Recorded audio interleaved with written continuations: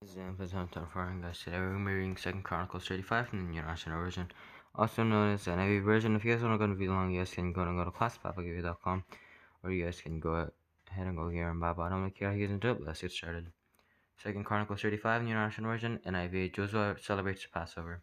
Joshua celebrated the Passover to the Lord in Jerusalem, and the Passover lamb was slaughtered on the 14th day of the first month. He appointed the priests to their duties and encouraged them in the service of the Lord's temple. He said to the Levites who instructed all Israel, and who had been consecrated to the Lord, "Put the sacred ark in the temple that Solomon son of David, king of Israel, built. It is not to be carried about on your shoulders. Now serve the Lord your God and his people Israel. Prepare yourselves by families and your divisions, according to the instructions written by David, king of Israel, and by his son Solomon.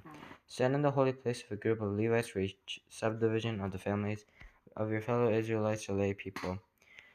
Slaughter the Passover lambs. Consecrate yourselves and prepare the lambs for your fellow Israelites, doing what the Lord commanded through Moses. Joshua provided for all the lay people who were there a total of 30,000 lambs and goats for the Passover offerings, and also 3,000 cattle, all from the king's own possessions. His officials also contributed voluntarily to the people, and the priests and Levites, Hilkiah, Zechariah, and Jehiel, the officials in charge of God's temple, gave the priests 2,600 Passover offerings and 300 cattle.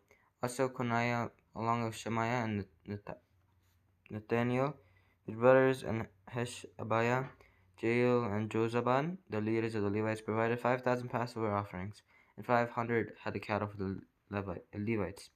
The service was arranged, and the priests stood in their places, with the Levites in their divisions, as the king had ordered. The Passover lambs were slaughtered, and the priests splashed against the altar, the blood handed to them, while the Levites skinned the animals.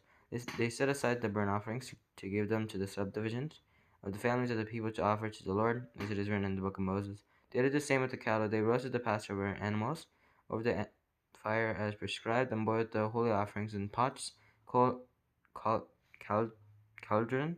and pans, and served them quickly to all the people. After this, they made preparations for themselves and for the priests, because the priests, the descendants of Aaron, were sacrificing the burnt offerings and the fat portions until nightfall.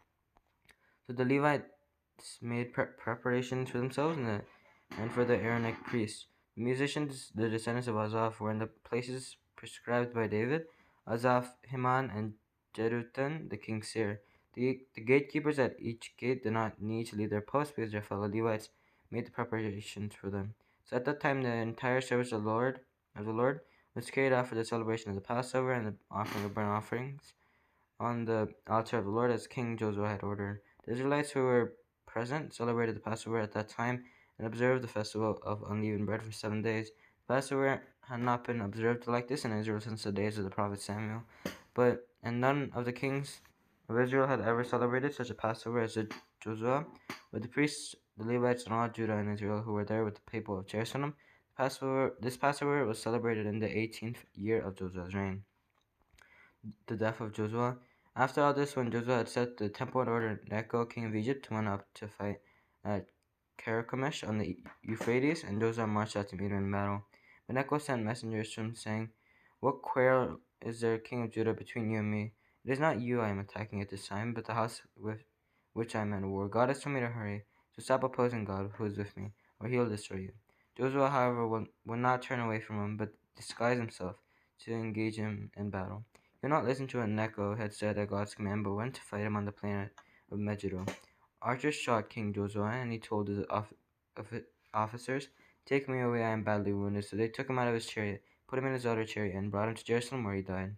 He was buried in the tombs of his ancestors, and all Judah and Jerusalem mourned for him. Jeremiah composed laments for Joshua, and to this day all the male and female singers commemorate Joshua in the laments. These became a tradition in Israel and are written in the laments. The other events of Joshua's reign and his acts of devotion, in accordance with what is written in the law of the Lord, all the events from beginning to end are written in the book of the kings of Israel and Judah.